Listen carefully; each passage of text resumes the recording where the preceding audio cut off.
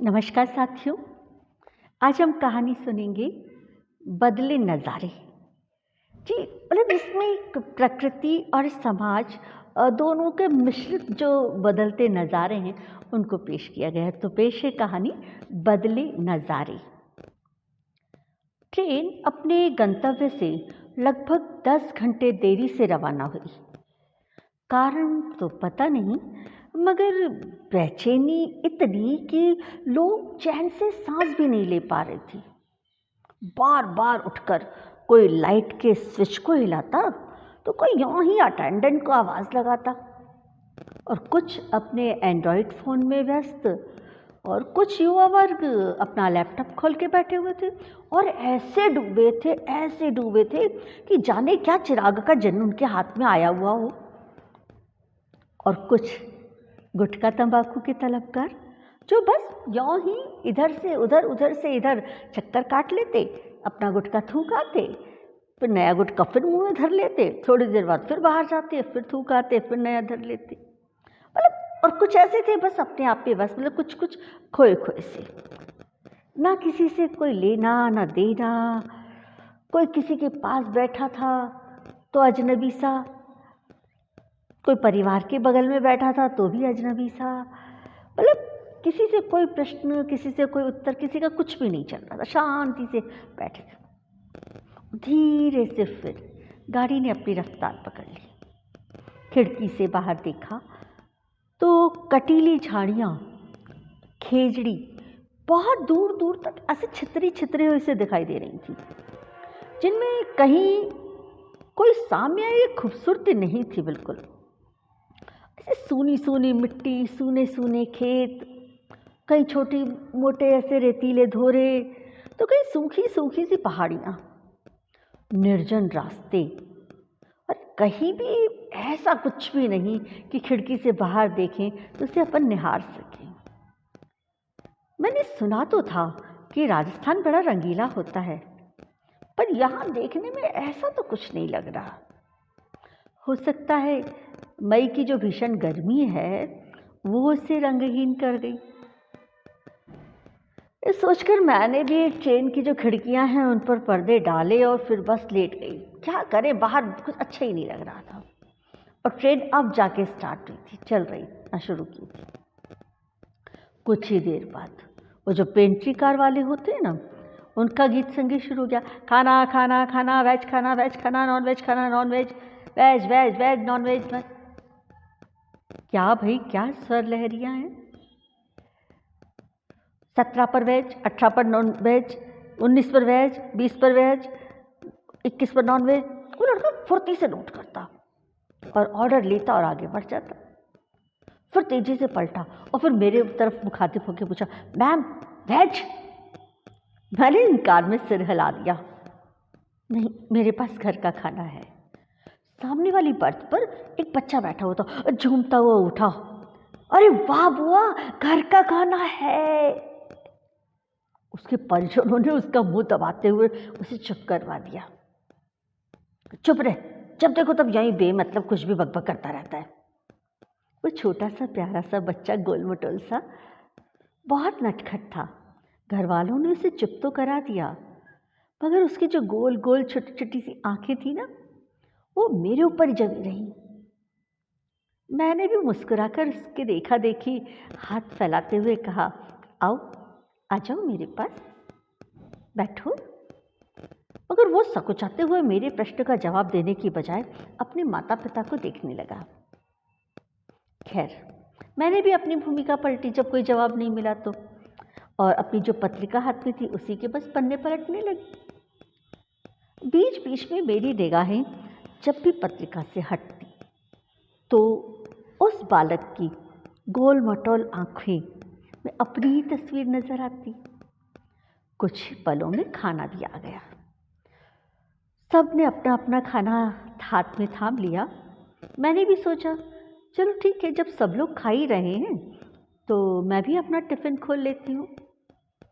और मैंने खड़े होकर ऊपर रखे हुए बैग से अपना टिफ़िन निकाला और थोड़ा सा सामान उसमें रखा हुआ था उसको व्यवस्थित किया, चैन बंद की और वापस उस बैग को ऊपर रख दिया। इतने में अन्य जो यात्री थे वो भी सभी अपना फूड पैकेट्स खोल चुके थे। सीट पर बैठने के लिए पलटते वक्त मेरी जो निगाहें हैं किसी एक के खुले हुए भोजन पर पड़ी। सच कहूँ, एक बदबू का भपका सा तो पहले से ही था और उसको देखते ही ना एकदम उबकाई सी आ गई। मैंने अपने आप को संभालते हुए ना शौचालय की तरफ कदम बढ़ा दिए। कुछ देर वहीं ऐसे ही खड़ी रही, शुद्ध हवा में सांस लेती दरवाजे के पास। और फिर जब 10-15 मिनट बीत गए तो मुझे लगा चलो अब तो लोगों का खाना ख़त्म हो गया होगा। वो क्या नॉनवेज नहीं खाती ना मैं, तो मुझसे वो जो गंध थी वो सहन नहीं हो पाई थी। तो जब मुझे लगा कि हाँ चलो अब ख़त्म हो गया होगा, लो अब चलते हैं, तो लगभग 20-25 मिनट बीत चुके थे। फिर मैं अपनी जगह पे वापस लौट आई और उस वक्त लगभग सभी अपना खाना समाप्त कर चुके थे। बस एक सामने वाली जो सीट थी उस पर 55-60 वर्षीय एक महिला थी। वो बस नेत्र भींचे हुए यहाँ ही बैठी थी। जब मैं गई थी ना तब भी ऐसे ही थी और अभी लौटी तब तक वो वैसे ही बैठी थी। शायद उन्होंने खाना लिया ही नहीं। ठीक है, मुझे क्या, मैंने भी अपनी सीट पर बैठी और अपनी पत्रिका निकाल ली। वो जो बच्चा था ना गोल मोटल सा, वो एकदम से उछलता हुआ मेरे पास आया और मेरे से पूछता है, आप भी बाल विधवा हो? बाल विधवा? वो सुनकर ना मेरा भी एकदम धक्के से रह गया। अचानक से उस बच्चे ने ना मेरा हाथ पकड़ के फिर पूछा, बाल विधवा हो, बताओ ना। मैं सक्का सी गई। उसका ये जो प्रश्न था एक अप्रत्याशित सा था। पहले उसको देखकर जो स्नेह उपजा था मेरे मन में वो भी पल भर में गायब हो गया। एक वितृष्णा के से भाव उठे उसके प्रति मन में, पर फिर कौतूहल में बदल गए कि उसने इतनी बड़ी बात कही तो कोई ना कोई कारण जरूर रहा होगा, क्योंकि बच्चों के मुंह से इतने भारी शब्द सुनना मतलब सामान्य तो नहीं है।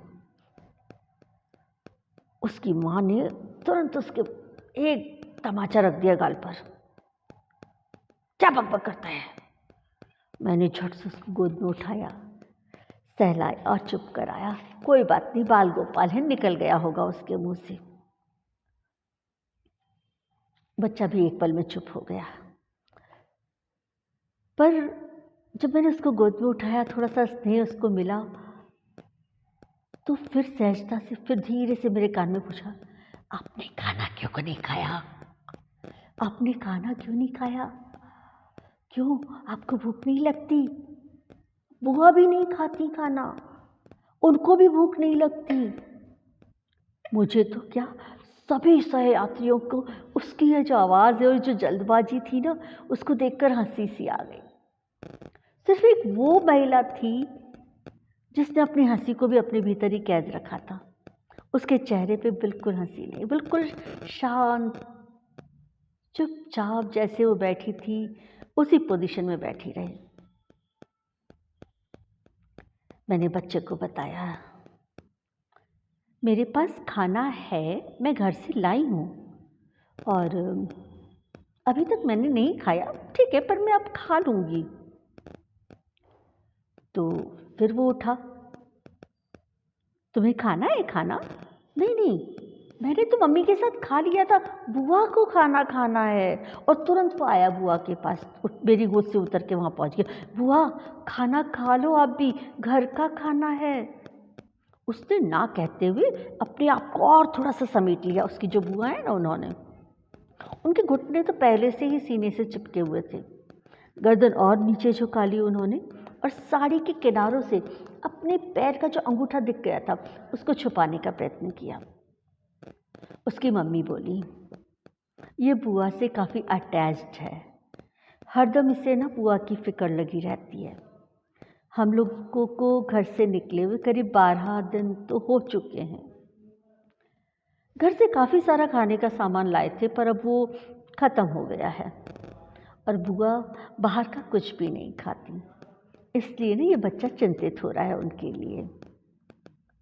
अब कमान उसके पिता ने संभाली, अपना 56 इंची सीना चौड़ा करते हुए, फुलाते हुए ना थोड़ा सा बोले, हम असम से हैं, ब्राह्मण्स हैं हम।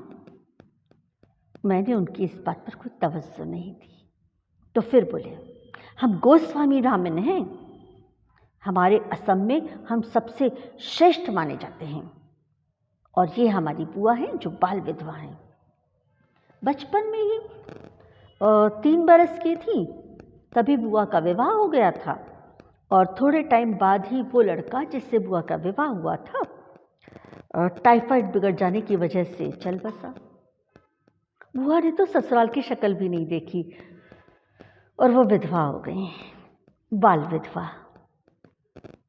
हमारी दादी ने फिर इनको सारे नियम कायदे अच्छे से सिखाए, और तभी से अपने परिवार के सारे नियम कायदे सही तरीके से मानती हैं। सुबह अंधेरे ही उठकर घर की सफाई करती हैं, कुएं से पानी लाती हैं और कुएं से लाए हुए पानी से ही पूजा करती हैं, सफाई भी करती हैं, खाना भी पकाती हैं, और उसके बाद सबको भोजन खिलाकर ठाकुर जी को भोग लगाकर फिर खाना खाती हैं, और बाहर का खाना कुछ नहीं खाती। माँ कामाख्या के भी 5 चक्र वाले दिन 3 दिवस वो पूजा पाठ भी नहीं करती, पूरे दिन 3 दिन निराहार रहती हैं, और उस दिन अपने कमरे से उन 3 दिनों में बाहर भी नहीं निकलती। ओह, मेरे मुंह से ना निकला कि आज इस प्रगतिवादी दौर में भी इतनी दकियानूसी बातें। अरे मैडम, हम श्रेष्ठ जन हैं, और श्रेष्ठ जन जो होते हैं ना, वो सब ऐसा ही स्वीकारते हैं, ऐसा ही करते हैं, तभी तो श्रेष्ठ कहलाते हैं। हमारे समाज की परंपरा है, और जिसे हमारी बुआ आज भी निर्वहन करती हैं। वो क्या है ना, हमारा जो बैग में जो भी कुछ खाना था वो सब कुछ ख़त्म हो गया। इतने दिनों तक लाए तो थे, पर 10-12 दिन भी बहुत होते हैं, इसलिए बुआ उपवास करती हैं, अब बाहर का खाना नहीं खाती। इस वास्ते ना थोड़ा सा बच्चे को चिंता हो रहा है। आपको कोई फिक्र नहीं है ना मैडम? पर हम सब समझदार हैं, सब समझता है बुआ। अब बुआ के अपने नियम हैं, कायदे हैं, वो सारा जीवन उन्होंने ऐसे ही कठोर नियम को जिया है, पालन किया है, और अब हम उसकी तपस्या को भंग तो नहीं कर सकते ना।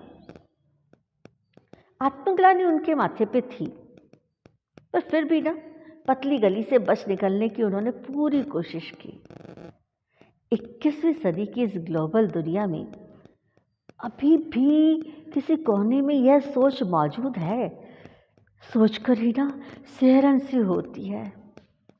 बातों के दौरान यह पता चल गया कि बच्चे के माता पिता दोनों ही किसी कॉलेज में प्राध्यापक हैं, शिक्षित हैं। सामाजिक आर्थिक दृष्टिकोण से संपन्न परिवार में यह स्थिति, तो हम परिवारों में क्या होता होगा? आपने इस परंपरा में परिवर्तन के बारे में कोई ध्यान नहीं दिया, कभी ध्यान नहीं दिया? मैं उसकी मम्मी की ओर मुखातिब होते हुए बोली, नहीं दिया तो है, देखिए प्रयत्न प्रारंभ हो चुके हैं। देखिए ना, हम हिंदू मुस्लिम एकता का प्रतीक राजस्थान का जो शहर है अजमेर, यहाँ बुआ को साथ लेकर आए हैं, वरना तो इन्होंने कभी घर से बाहर कदम ही नहीं रखा। मेरी सासू माँ ने भी इसे धार्मिक यात्रा करार देते हुए ही इनको हमारे साथ आने के लिए मनाया है और बहुत समझाया है। हमारी जो सास हैं वो और जो बुआ हैं दोनों हम उम्र ही हैं, एक दूसरे को अच्छी तरह समझती हैं। पर हाँ, रूढ़िवादी जो परंपराएं हैं उनसे निकलने के प्रयत्न उन्होंने पहले किए तो थे, पर कामयाबी नहीं मिल पाई, क्योंकि उस वक्त ना हमारे परिवार में 3 पीढ़ियों में विधवा महिलाएं मौजूद थीं, जो कि परंपरागत रूढ़ियों में बंधी हुई थी। अब हमारी माँ जी से बड़ा तो कोई है नहीं परिवार में, और वही परिवार की मुखिया हैं और मैं उनकी सहायक। यही भूमिका मिली हुई है मुझे भी। हम दोनों ने मिलकर अब समाज में परिवर्तन का बीड़ा उठाया है। हम एक और एक मिल अब 11 होने का प्रयत्न शुरू कर चुके हैं। और इसी वजह से अब हमें कामयाबी मिलना धीरे धीरे प्रारंभ हुआ है।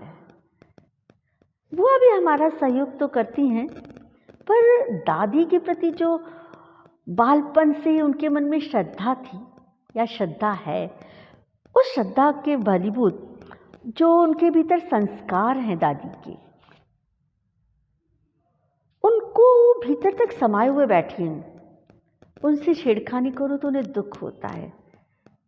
इसलिए हमें भी थोड़े से उन संस्कारों की पालना बुआ की मर्जी के आधार पर करनी पड़ती है, नहीं तो बुआ को बहुत दुख होता है। क्योंकि जो बुआ है वास्तव में बड़ी शिद्दत से उसका पालन कर रही हैं।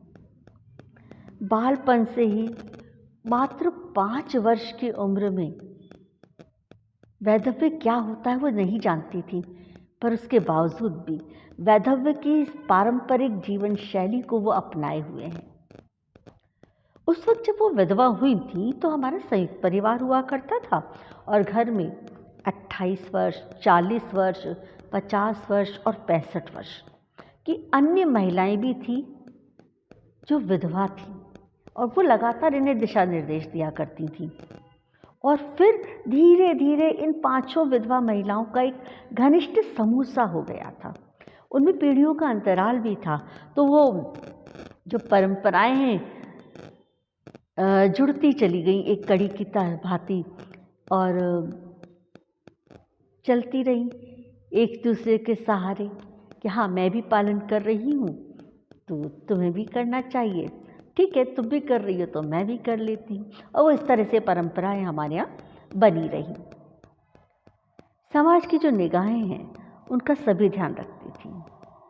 परिवार के अन्य सदस्य जो बुजुर्ग महिलाओं के सम्मानवश उनकी आज्ञा का पालन करते थे, क्योंकि हमारे यहाँ आज्ञा पालन की भी एक बहुत अच्छी परंपरा रही है। तो किसी को कभी बुरा भी लगता था तो लगता था ठीक है पर दादी ने ऐसा कहा तो करना पड़ेगा।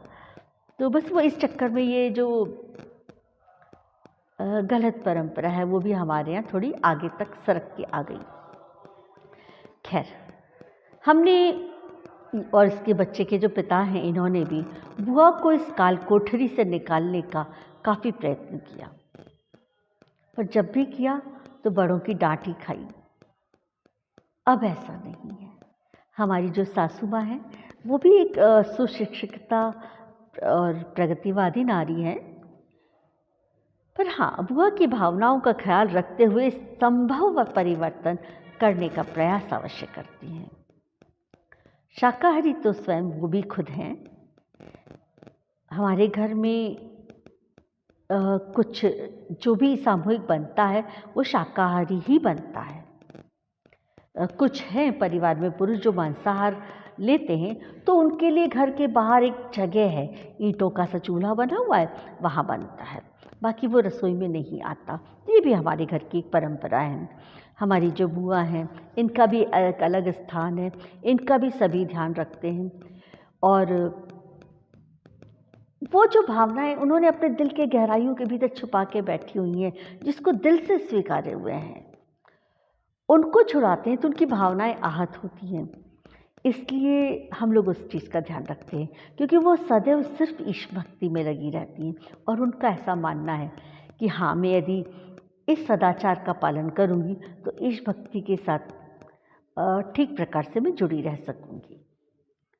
तो हम चुप रह जाते हैं कि ठीक है, उनकी खुशी का भी हमें सम्मान करना चाहिए। बुआ मेरे पास घर का बना भोजन है, आप भी मेरे साथ खा लीजिए, मुझसे रहा नहीं गया, मैंने कह ही दिया। अब मेरे आग्रह को उन्होंने टुकरा दिया, तुरंत मना कर दिया, नहीं नहीं धन्यवाद, आप लीजिए, मुझे भूख नहीं है। अरे आप आ जाइए, संकोच मत कीजिए, मैं भी शुद्ध शाकाहारी ब्राह्मण हूँ, गोस्वामी ब्राह्मण।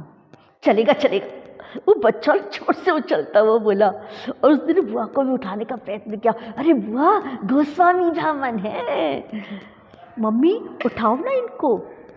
बाल सुलभ चपलता उसकी सभी को सहज कर गई, सभी के चेहरे पे मुस्कान आ ही गई। फिर मैंने भी अपना टिफ़िन उठाया और बुआ के पास जाकर बैठ गई। आइए अब हम दोनों साथ में खाना खा लेते हैं।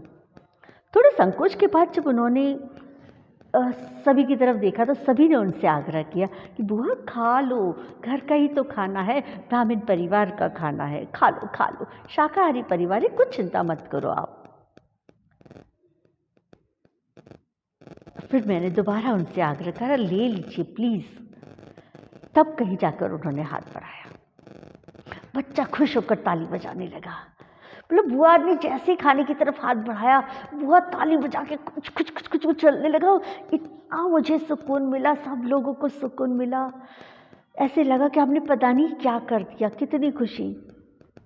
पर खैर, अब तक जैसा था ठीक है, पर हाँ, अब और नहीं, अब और बिल्कुल भी नहीं। ये समय परिवर्तन का है, अब परिवर्तन आना ही चाहिए। समय बदल चुका है, परिस्थितियां भी बदल चुकी हैं।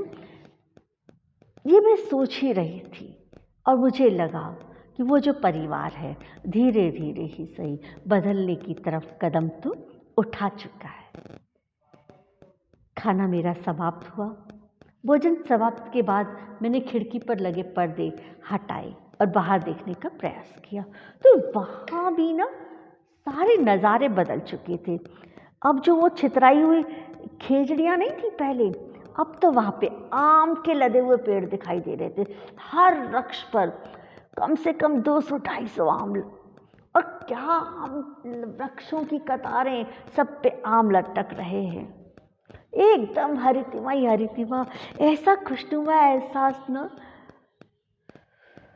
जहाँ देखो वहाँ, मतलब बहुत अच्छा लगा मुझे। और ऐसा लगा कि यही तो जीवन की सकारात्मकता है, जो जीवन के बदलने की गवाही दे रहा है। गाड़ी अपनी पूर्ण रफ्तार के साथ दौड़ रही थी और बाहर के नज़ारे जो अब नयनाभिराम हो चुके थे, खेत खलिहान सब कुछ हरे भरे नजर आने लगे थे। ऐसा लगा था यहाँ तो जैसे मानो ईश्वर ने खुद कूची और ब्रश लेकर ना इस प्रकृति का श्रृंगार किया है। असम मेघालय आने लगा है ऐसा महसूस हुआ, और राजस्थान पीछे छूट चुका है। तो शायद हमारी परंपराएं भी पीछे छूट चुकी हैं, और वो जो हरितिमा के दर्शन हुए हैं, हमें भी एक सकारात्मक परंपराओं का स्वागत करने के लिए अवसर मिल रहा है। ये प्रकृति गवाही दे रही है। सच कहूँ, वहाँ असम के जो सामाजिक जीवन में हरियाली जो बिखर रही है, वो भी मुझे ऐसा लगा शुरुआत हुई सच समाज की और प्रकृति के बदलते नज़ारे बदल गए थे। तो ये था बदले नज़ारे। नमस्कार, धन्यवाद। उम्मीद है पसंद आई होगी कहानी।